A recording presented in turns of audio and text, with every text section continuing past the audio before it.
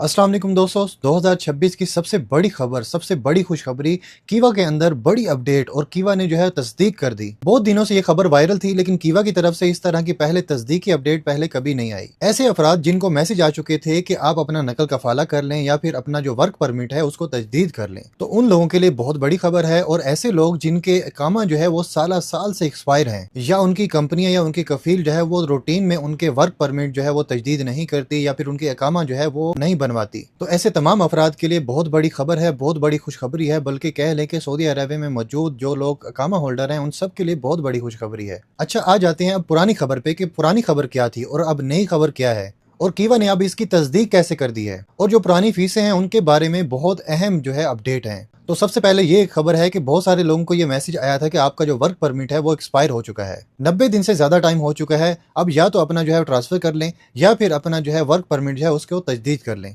और ये मैंने आपको पिछले 2 हफ्ते पहले आप लोगों को बताया था कि ये वार्निंग जो है भाई ये कफीलों और कंपनियों को है। आप लोग तो ये समझते हैं ना कि ये नुकसान हमारा है, लेकिन कफीलों और कंपनियों को इस टाइम क्या मुसीबत आ पड़ी है इसके बारे में भी मैं आपको बताता हूँ। कफीलों और कंपनियों को इस बात का पाबंद किया गया है कि आप अपने बंदे का जो वर्क परमिट है उसको तजदीद कर लें। अगर आप तजदीद नहीं करते तो वो बंदा जो है आपका नहीं रहेगा। तो अब होने वाला क्या है?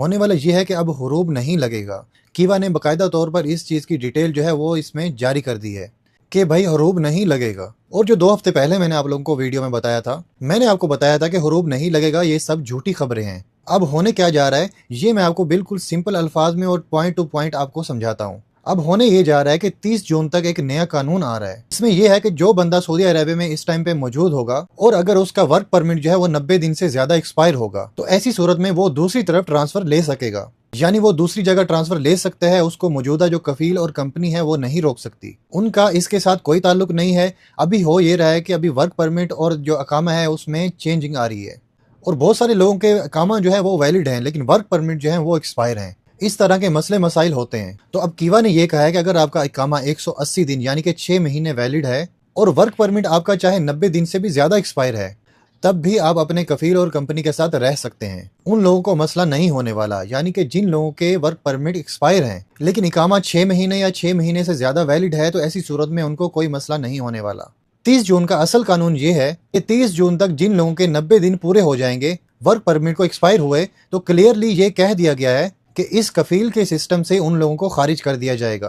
अब जब आपको कफील के सिस्टम से खारिज कर दिया जाएगा तो उस सूरत में आप लोग क्या करेंगे, फिर क्या होगा, वो भी मैं इंशाल्लाह आप लोगों को अभी बताता हूँ। लेकिन सबसे बड़ी खुशखबरी ये है कि जब आप अपने कफील के सिस्टम से खारिज हो जाएंगे तो आपकी जो पुराने इकामा की जो फीसें हैं वो अब आपने पे नहीं करनी, और आपका जो नया कफील होगा उसने भी पे नहीं करनी। आपका जो पुराना कफील होगा उस पे चली जाएंगी। पहले होता यह था कि अगर आपका इकामा पिछले कई सालों से एक्सपायर है, तो ऐसी सूरत में जब आप नई जगह पे ट्रांसफर लेते थे, वर्क परमिट की फीस होगी, इकामा की फीस होगी, फिर जाके नया जो कफील है वो जमा करवाता था और तब आपका ट्रांसफर होता था। मतलब पुराना जो कफील होता था वो बरी जिम्मा हो जाता था, उसकी कोई जिम्मेदारी नहीं होती थी। लेकिन अब ये कानून 30 जून से लागू हो रहा है कि अगर कोई कफील कंपनी जो है पिछले वर्क परमिट जो है वो अपडेट नहीं करता, उनकी फीसें जो है वो पे नहीं करता, और आपका वर्क परमिट जो है वो 90 दिन से ज्यादा एक्सपायर है, तो ऐसी सूरत में नया कफील नहीं बल्कि पुराना जो कफील होता था वही उन फीसों का जिम्मेदार होगा। तो नए कफील के पास जाएंगे तो वो नए अकामा की जो फीसें हैं वो जमा करवाएगा, नए वर्क परमिट की फीसें जमा करवाएगा, और जो पिछली फीसें हैं उनका पुराना जो कफील है वही जिम्मेदार होगा। और ये 2026 की सबसे बड़ी खबर है।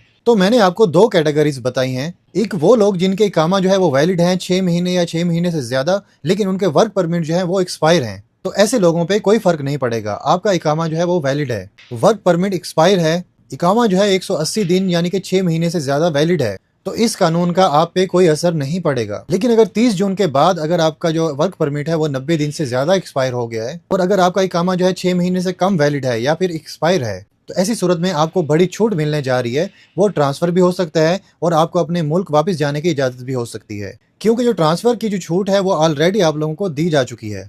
अभी भी आप ट्रांसफर कर सकते हैं। और ये वार्निंग जो है ये कंपनियों और कफीलों को है कि भाई आप अपने वर्कर के मामलात जो है वो ठीक कर लें, अदरवाइज ये बंदा आपके साथ नहीं रहेगा और जो पिछली फीसें हैं वो आपको यानी कि जो पुराना कफील और पुरानी कंपनी है उन्हीं को पे करनी पड़ेंगी। तो मुझे उम्मीद है आप लोगों को समझ आ गई होगी। अगर ये इन्फॉर्मेशन आप लोगों को अच्छी लगी हो तो प्लीज़ इस वीडियो को लाइक कर दें, शेयर कर दें और इस चैनल को ज़रूर सब्सक्राइब कर दें और बेल आइकन को दबा के ऑल पे क्लिक कर दें ताकि आने वाली हर न्यू अपडेट आपको टाइम पे मिलती रहेगी। तो दोस्तों इंशाल्लाह मिलते हैं नेक्स्ट वीडियो में नेक्स्ट न्यू अपडेट के साथ। तब तक के लिए अपना ख्याल रखें, दूसरों का ख्याल रखें और मुझे अपनी दुआ में याद रखिएगा। अल्लाह हाफिज़।